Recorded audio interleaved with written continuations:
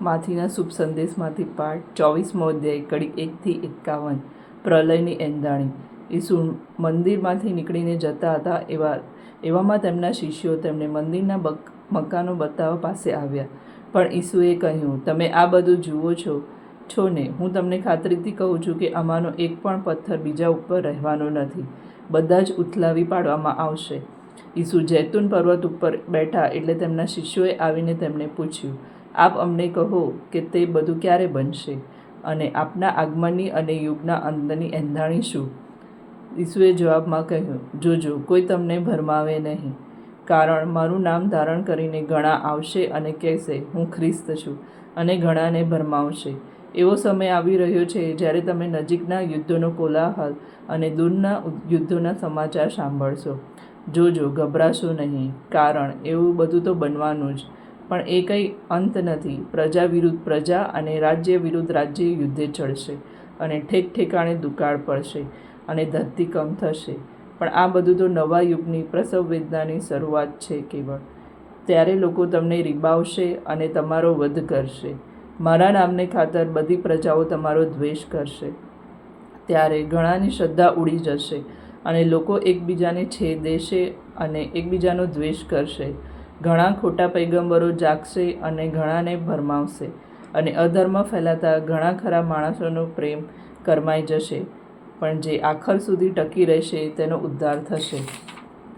ઈશ્વરના રાજ્યના આ શુભ સંદેશની ઘોષણા આખી દુનિયામાં કરવામાં આવશે, અને આમ બધી પ્રજાઓને પુરાવા મળી રહેશે. પછી જ અંત આવશે. એટલે જ્યારે તમે પૈગંબર દાનિયેલે કહેલી વિનાશક અમંગળ મૂર્તિ પવિત્ર સ્થળે ખડી થયેલી જુઓ, ત્યારે યહૂદિયામાં જે રહેતા હોય તેમણે ડુંગર ઉપર ચાલ્યા જવું. જે છાપરામાં હોય તેણે ઘરમાંથી સરસામાન લેવા નીચે ન ઉતરવું, અને જે ખેતરમાં હોય તેણે પહેરણ લેવા પાછા ન ફરવું.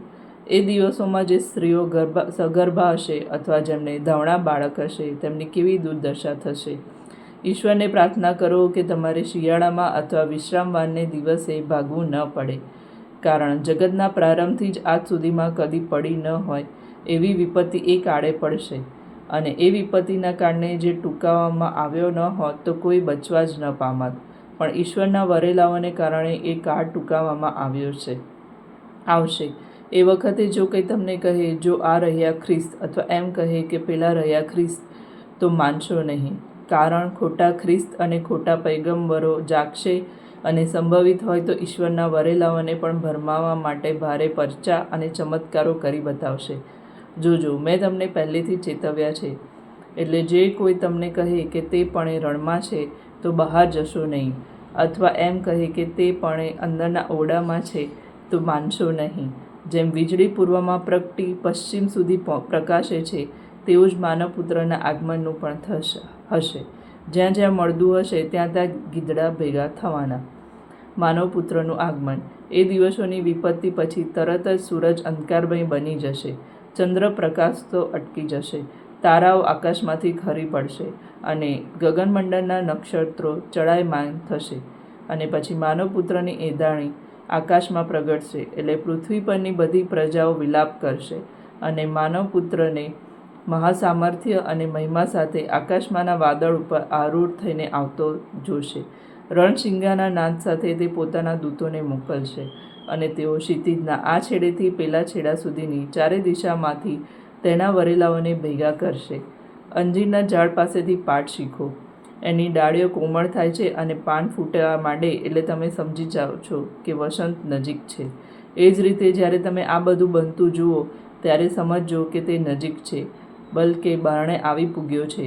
હું તમને ખાતરીથી કહું છું કે આ પેઢી પૂરી થાય તે પહેલાં આ બધું બનશે. આબ અને ધરતી ભલે લોપ પામે, પણ મારા વચન કદી મિથ્યા નહીં થાય. કોઈને ખબર નથી, પણ એ દિવસની ને એ ઘડીની કોઈને ખબર નથી, નથી દેવદૂતોને કે નથી માનવપુત્રને. એક પરમ પિતા છે. નૂહના વખતમાં જેવું હતું એવું જ માનવપુત્રના આગમન વખતે હશે. જળ પ્રલય પહેલાંના દિવસોમાં નૂહ વહાણમાં ચડી ગયો ત્યાં સુધી લોકો ખાતા હતા, પીતા હતા, પરણતા હતા અને પરણાવતા હતા, અને પ્રલયના જળ આવીને તે બધાને તાણી ગયા. ત્યાં સુધી તેમને કશી ખબર નહોતી. અને માનવપુત્રના આગમન વખતે પણ એમ જ થશે. તે વખતે 2 જણ ખેતરમાં હશે, એકને લેવામાં આવશે અને એકને પડતો મૂકવામાં આવશે. 2 બાઈઓ ઘંટીઓ દળતી હશે, એકને લેવામાં આવશે અને બીજીને પડતી મૂકવામાં આવશે. એટલે જાગતા રહેજો, કારણ તમારા પ્રભુ કયા દિવસે પધારવાના છે એની તેમને ખબર નથી.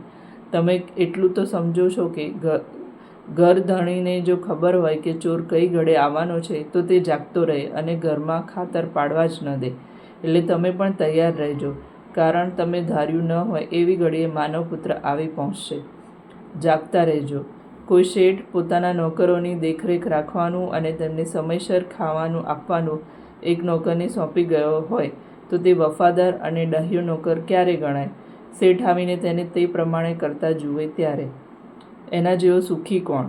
હું તમને ખાતરીથી કહું છું કે તે તેને પોતાની બધી મિલકતનો કારભાર સોંપશે. પણ જો તે દુષ્ટ નોકર મનમાં એવો વિચાર કરે કે મારો શેઠ તો આવતા મોડું કરે છે અને પોતાના સાથી નોકરોને મારવાનું અને દારૂડિયા દોસ્તો સાથે ખાણીપીણી ઉડાડવાનું શરૂ કરે, તો એણે કલ્પ્યું ન હોય એ દિવસે અને એને ખબર ન હોય એ ઘડીએ એનો શેઠ આવીને એને વાળી નાખશે અને તેના દંભીને ઘટતા હાલ કરશે.